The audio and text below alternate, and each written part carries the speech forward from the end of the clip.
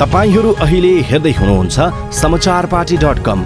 24 घण्टा ताजा खबरका लागि हामीलाई सब्स्क्राइब गर्नुहोला। साथमा छेउमा रहेको बेल आइकन क्लिक गरी अलमा क्लिक गर्नुहोस् अनि नोटिफिकेसन इनेबल गर्नुहोला। दर्शक महानुभाव नमस्कार। समाचारपाटी.com को यो नियमित श्रृंखलामा यहाँहरूलाई हार्दिक स्वागत छ। सदाको चाहिँ आज पनि उपस्थित भइसकेका छौं। आजका मुख्य समाचार लिएर आज मिति विक्रम सम्वत 2077 साल असोजको 9 गते भइसकेको छ। मुख्य समाचार हामी प्रस्तुत गर्छौं। हामीलाई अन्तिमसम्म हेर्नुहोला। हाम्रो मेहनतका लागि एउटा लाइक अवश्य गरिदिनु होला। पलपलको न्यूज अपडेट हेर्नका लागि हाम्रो च्यानल सब्स्क्राइब गर्नुहोस् अनि नजिकै आउने बेल आइकनलाई क्लिक गर्नुहोला। आउनुहोस् दर्शक महानुभाव आजका मुख्य समाचार सुरु गरौं कोरोना अपडेटबाट। पछिल्लो 24 घण्टामा 1497 जना कोरोना भाइरस कोभिड-19 को संक्रमण पुष्टि भएको छ भने 18 जनाको मृत्यु भएको छ। देशभरका प्रयोगशालाहरूमा 11449 नमुना परीक्षण गर्दा 513 महिला र 984 पुरुषमा संक्रमण पुष्टि भएको स्वास्थ्य तथा जनसंख्या मन्त्रालयले जनाएको छ। यो सँगै कुल संक्रमितको संख्या 69301 पुगेको छ। काठमाडौँमा 4, भक्तपुर र कलिपिलवस्तुमा 2 तथा झापा, मोरङ, सुनसरी, रौतहट, सप्तरी, धादिङ, दाङ, नवलपरासी, तनहुँ र डडेलधुरा 1 जनाको मृत्यु भएको छ। यससँगै कोरोना संक्रमणबाट मृत्यु हुनेको संख्या 456 पुगेको स्वास्थ्य तथा जनसंख्या मन्त्रालयले जनाएको छ। यसैबीच मन्त्रालयका अनुसार पछिल्लो 24 घण्टामा मात्र 457 जना संक्रमण मुक्त भएका छन्। यससँगै कोरोना संक्रमणबाट मुक्त हुनेको संख्या 50411 पुगेको छ। यो कुल संक्रमितको 72.7% हो। निको हुने दर बढे पनि संक्रमण दर बढेकाले खुशी भइहाल्ने अवस्था नरहेको जनस्वास्थ्य विज्ञहरूले बताएका छन्। सरुवा रोग विशेषज्ञ डाक्टर शेरबहादुर पुनको भनाइ छ। संक्रमण दर बढेर 14% पुगेको अवस्थामा निको हुने दर बढेर के खुसी हुनु। निको हुने बढे पनि सक्रिय संक्रमित बढेकै छन्। स्वास्थ्य मन्त्रालयले पनि सक्रिय संक्रमितको संख्या बढेर 25000 पुगे फेरि बन्दाबन्दी गर्ने सुझाव दिएको छ। यसले पनि खतरा नटरेको संकेत गर्दै उहाँले भन्नुभयो परीक्षण अझै बढाउनु पर्छ किनकि हाम्रो जोखिम अझै टरेको छैन। दर्शक महानुभाव कोरोना भाइरस रोकथाममा सरकारले गरेको काम कारबाहीको अनुगमन गर्न गठित संसदीय उपसमितिले कोरोना संक्रमण परीक्षण गरेपछि छिटो रिपोर्ट दिने व्यवस्था मिलाउन सुझाव दिएको छ। सांसद जीवनराम श्रेष्ठको संयोजकत्वमा गठित समितिले बिहीबार आफ्ना सुझाव संसदको शिक्षा तथा स्वास्थ्य समितिकी सभापति जयपुरी घरतीलाई बुझाएको छ। सुझावमा पीसीआर रिपोर्ट तुरन्त प्रदान गर्न, देशभरका ल्याबहरूलाई एकीकृत रूपमा समन्वय गर्न र पीसीआर ल्याब क्षमता अनुसार सञ्चालन गर्न भनिएको छ।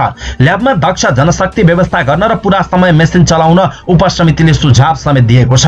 स्वास्थ्य सेवा विभागको एपिडेमियोलोजी तथा रोग नियन्त्रण महाशाखा मार्फत संक्रमितलाई पीसीआर रिपोर्ट छिटो जानकारी गराउन पनि उपसमितिले सुझाव दिएको छ। उपसमितिले होम आइसोलेसनमा बसेका संक्रमितको स्वास्थ्य कर्मीले नियमित निगरानी गर्ने व्यवस्था गर्नुपर्ने, कोरोना विशेष अस्पतालमा दक्ष जनशक्ति आईसीयू र भेन्टिलेटरको व्यवस्था गर्नुपर्ने सुझाव पनि दिएको छ। त्यस्तै क्वारेन्टिनमा रहने बिरामीलाई खानाका लागि तोकिएको 175 रुपियाँ अपुग भएकाले बढाउनु पर्ने, कोभिड आइसोलेसन सञ्चालन गर्न अनुमति दिँदा मापदण्ड खानाको मेनु सम्झौता गर्नुपर्ने, कोभिड उपचारमा खटिने स्वास्थ्य कर्मी र चिकित्सकलाई जोखिम भत्ता दिन समितिको सुझाव रहेको छ। अस्पतालहरूमा कोरोना भाइरस संक्रमित बाहेक अन्य बिरामीको सहज उपचारको व्यवस्था मिलाउनु पर्ने सुझाव पनि समितिले दिएको छ। पाटन अस्पताल, वीर अस्पताल, त्रिवी शिक्षण अस्पताल, धुलीखेल अस्पतालले कोरोना भाइरस संक्रमितको उपचार गर्नुपर्दा आफ्नो नियमित आमदानी गुमाएकाले सरकारले अनुदान दिनुपर्ने पनि उपसमितिको सुझाव छ। कोरोना संक्रमितको उपचार गर्ने स्वास्थ्य कर्मी नै संक्रमित भई आइसोलेसनमा बस्नुपर्ने भएका कारण वैकल्पिक स्वास्थ्य कर्मीको योजना बनाउने, स्वास्थ्य कर्मीलाई गुणस्तरीय पीपीई उपलब्ध गराउने, स्वाब व्यवस्थापनका लागि मर्चरी हाउसको क्षमता बढाउन, कोभिड संक्रमितको मृत्युदर बढेका बेला पनि सहज रूपमा सब व्यवस्थापन हुने गरी तयारी गर्न पनि उपसमितिले सुझाव दिएको छ। सरकारले एसिड अर्थात् तेजाब आक्रमण गर्नेलाई कडा सजाय हुने गरी अध्यादेश मार्फत नयाँ कानून ल्याउने तयारी अन्तिम चरणमा पुर्याएको छ। 25 भदौमा एसिड आक्रमणमा परेकाहरूसँगको छलफलमा प्रधानमन्त्री केपी शर्मा ओलीले गरेको प्रतिबद्धता अनुसार नयाँ कानूनको मस्यौदा तयार भइरहेको छ। नयाँ कानूनको मस्यौदामा एसिड आक्रमणको कारण मृत्यु भएमा आक्रमण गर्नेलाई जन्म कैदको सजाय तोकिएको छ। आक्रमणबाट मुख्य अङ्गहरू आँखा, कान, मुख, छाती र यौनाङ्गमा क्षति भएमा 20 वर्ष तथा अन्य अङ्गमा घाउचोट लागेमा 15 वर्षको कैद सजाय तोकिएको छ। एसिड आक्रमणमा शरीरको कुनै पनि भाग एसिडले छोएमा न्यूनतम 10 वर्षको सजाय तोकिएको छ भने एसिड आक्रमण गर्नेहरूलाई धरौटीमा रिहा या आम माफी लागू नहुने समेत अध्यादेशमा उल्लेख छ। 25 भदौमा प्रधानमन्त्रीले एसिड आक्रमणमा परेका 12 जना पीडित र एसिड आक्रमण विरुद्ध लागि परेका अभियन्तासँग भेट गर्नु भएको थियो। एसिड आक्रमणमा परेकाहरूको पीडा सुनेपछि प्रधानमन्त्री ओलीले आक्रमण गर्नेहरूलाई कडा सजायदेखि पीडितको निःशुल्क उपचार गर्नेसम्म व्यवस्था गर्ने बताउनु भयो। त्यस अनुसार मन्त्री परिषदले कानूनको मस्यौदा 15 दिनभित्र बनाउने निर्णय गरेको छ भने उपचारका लागि 4 अस्पताल तोकेको छ। अध्यादेशको मस्यौदामा एसिड सिल गरिएको बोतलमा मात्र बेच्न पाइने र खुल्ला रूपमा बिक्री वितरण पूर्ण रूपमा बन्देज गर्ने उल्लेख छ। उत्पादकले एसिडको बोतल हाल बजारमा पाइने अन्य खाद्य वस्तुको बोतलको बनावट र रङसँग मिल्ने गरी बनाउन नपाइने पनि अध्यादेशको मस्यौदामा उल्लेख छ। बोतलमा उत्पादकको नाम र त्यसको मात्रा उल्लेख गर्नुपर्ने छ भने विक्रेताले प्रमुख जिल्ला अधिकारीसँग एसिड बिक्री वितरणको लाइसेन्स लिनुपर्ने, हरेक वर्ष नवीकरण गर्नुपर्ने छ। विक्रेताले आफूले ल्याएको एसिडको परिणाम र बेचबिखनको तथ्याङ्क राख्नुपर्ने छ भने नेपाल सरकारले जारी गरेको खरिदकर्ताको परिचय पत्रको प्रतिलिपि लिनुपर्ने छ। त्यस्तै गरी कुन प्रयोजनका लागि लगेको हो खुलाउनु पर्ने र फोन नम्बर अनिवार्य टिपेर 1 वर्षसम्म लगबुकमा कायम गर्नुपर्ने मस्यौदामा उल्लेख गरिएको छ। एसिड आक्रमणमा परेकाहरूको वीर पाटन शिक्षण र कीर्तिपुर अस्पतालमा आजीवन निःशुल्क उपचार हुनेछ भने पीडितलाई निजी या सरकारी संस्थामा योग्यता अनुसारको रोजगारी दिइने उल्लेख छ। त्यसैगरी पीडितले चाहेमा र योग्यता पुगेमा नेपाल सरकारले उच्च शिक्षासम्म निःशुल्क पढाउने उल्लेख छ। ग्रामीण क्षेत्रका पीडितहरूलाई कृषि अनुदान प्रदान गरिने, सिपमूलक तालिम निःशुल्क र व्यावसायिक कर्जा समेत उपलब्ध गराउने उल्लेख छ। सन् 2018 मा बनेको फौजदारी संहितामा एसिड आक्रमण गर्नेलाई 50,000 देखि 5 लाखसम्म जरिवाना र 3 वर्षदेखि 8 वर्षसम्मको सजाय थियो। फौजदारी संहितामा व्यवस्था गरिए अनुसार पीडकलाई जरिवाना गरिएको रकम पीडितलाई क्षतिपूर्ति बापत दिने व्यवस्था भए पनि सुस्त न्याय प्रणालीका कारण पीडितले उपचारका लागि तत्काल पैसा पाउन सकेका थिएनन्। प्रधानमन्त्रीसँग भएको भेटमा पनि पीडितहरूले हदैसम्मको कडा कानून ल्याउन र क्षतिपूर्तिको व्यवस्था गर्न माग गरेका थिए। प्रधानमन्त्रीको निर्देशन र महान्यायाधिवक्ता अग्नि खरेलको सक्रियतामा फास्ट ट्र्याकमा अध्यादेशको काम अगाडि बढेको र यसले पीडितलाई राहत दिने अभियन्ता उज्जवल विक्रम थापाले जानकारी दिनुभएको छ। आउनुहोस् दर्शक महानुभाव अर्को समाचारतर्फ लागौं। संस्कृति पर्यटन तथा नागरिक उड्डयन मन्त्रालयले आन्तरिक पर्यटन प्रवर्धन गर्न हप्तामा 2 दिन बिदा दिने प्रस्ताव तयार गरी मन्त्री परिषदमा पेश गर्ने भएको छ। पर्यटन मन्त्री योगेश भट्टराईको अध्यक्षतामा मन्त्रालयमा बिहिबार बसेको उच्चस्तरीय समूहको बैठकले हप्तामा 2 दिन बिदा दिने सम्बन्धमा अध्ययन तथा कार्यदल बनाउने र कार्यदलले प्रस्ताव तयार पारिसकेपछि मन्त्री परिषदमा पेश गर्ने निर्णय गरेको हो।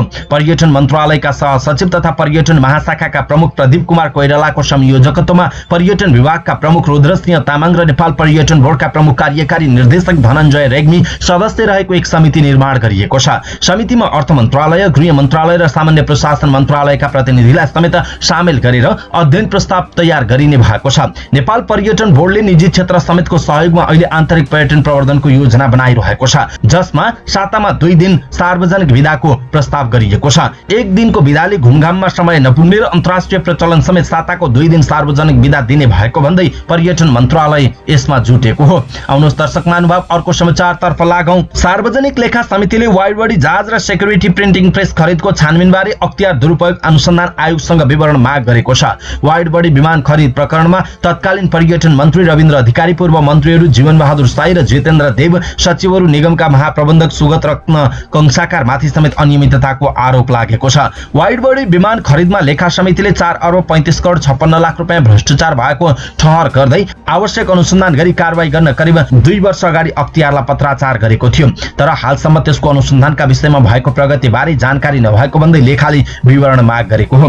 बिहिबार अख्तियारलाई पत्र लेखी वाइड बडी र सेक्युरिटी प्रिन्टिङ प्रेसको छानबिन बारे विवरण माग गरेको लेखा समितिका सचिव रोजनाथ पाण्डेले जानकारी दिनुभयो। करिब 6 महिना अघि अनुसन्धान कहाँ पुग्यो भनेर पत्र लेख्दा अनुसन्धान हुँदै गरेको जवाफ आएको उल्लेख गर्दै सचिव पाण्डेले पुनः पत्र लेखिएको जानकारी दिनुभयो।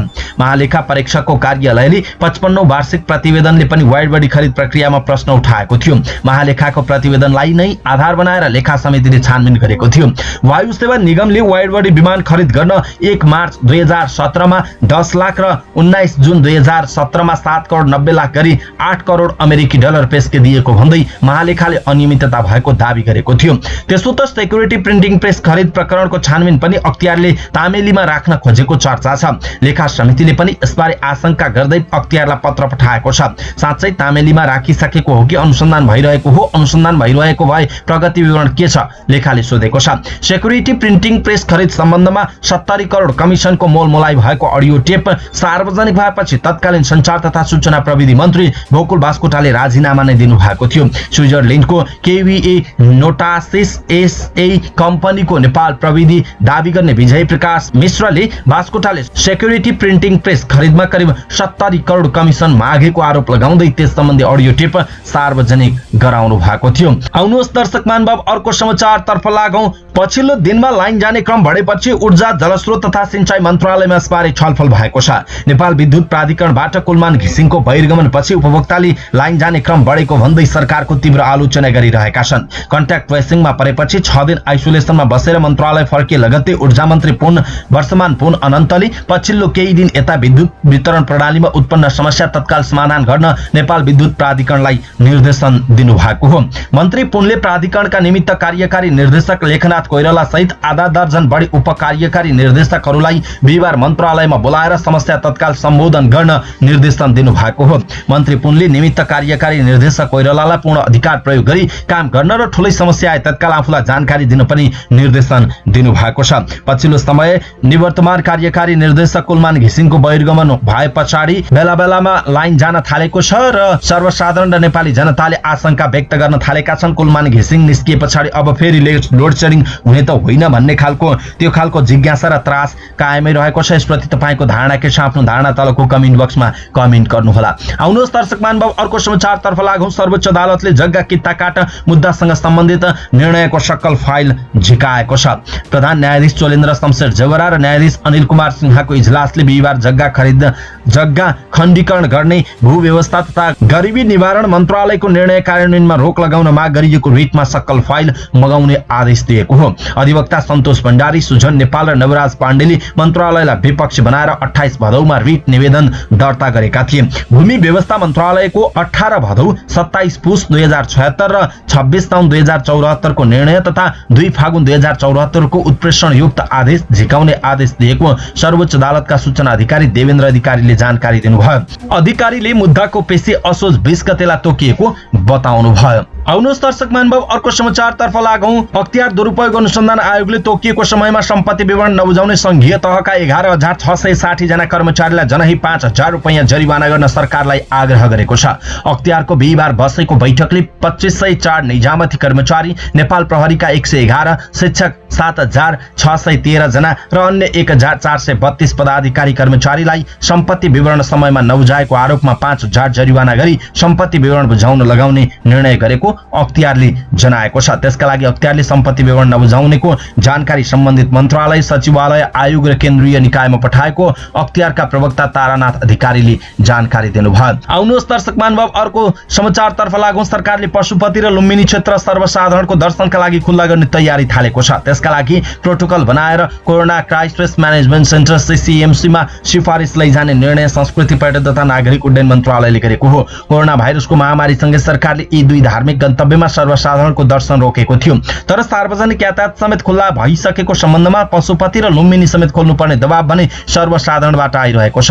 अहिले धार्मिक विधि अनुसार नियमित हुने पूजापाठ बाहेक दुवै गन्तव्यमा सर्वसाधारणले प्रवेश पाएका छैनन्। मन्त्रालयले संग्रहालयहरू समेत अवलोकनका लागि खुल्ला गर्ने तयारी गरेको छ। त्यसका लागि समेत प्रोटोकल समेत बनाइने भएको छ। पर्यटन मन्त्रालयमा बिहिबार बसेको उच्चस्तरीय समूहको बैठकले यस्तो निर्णय गरेको हो।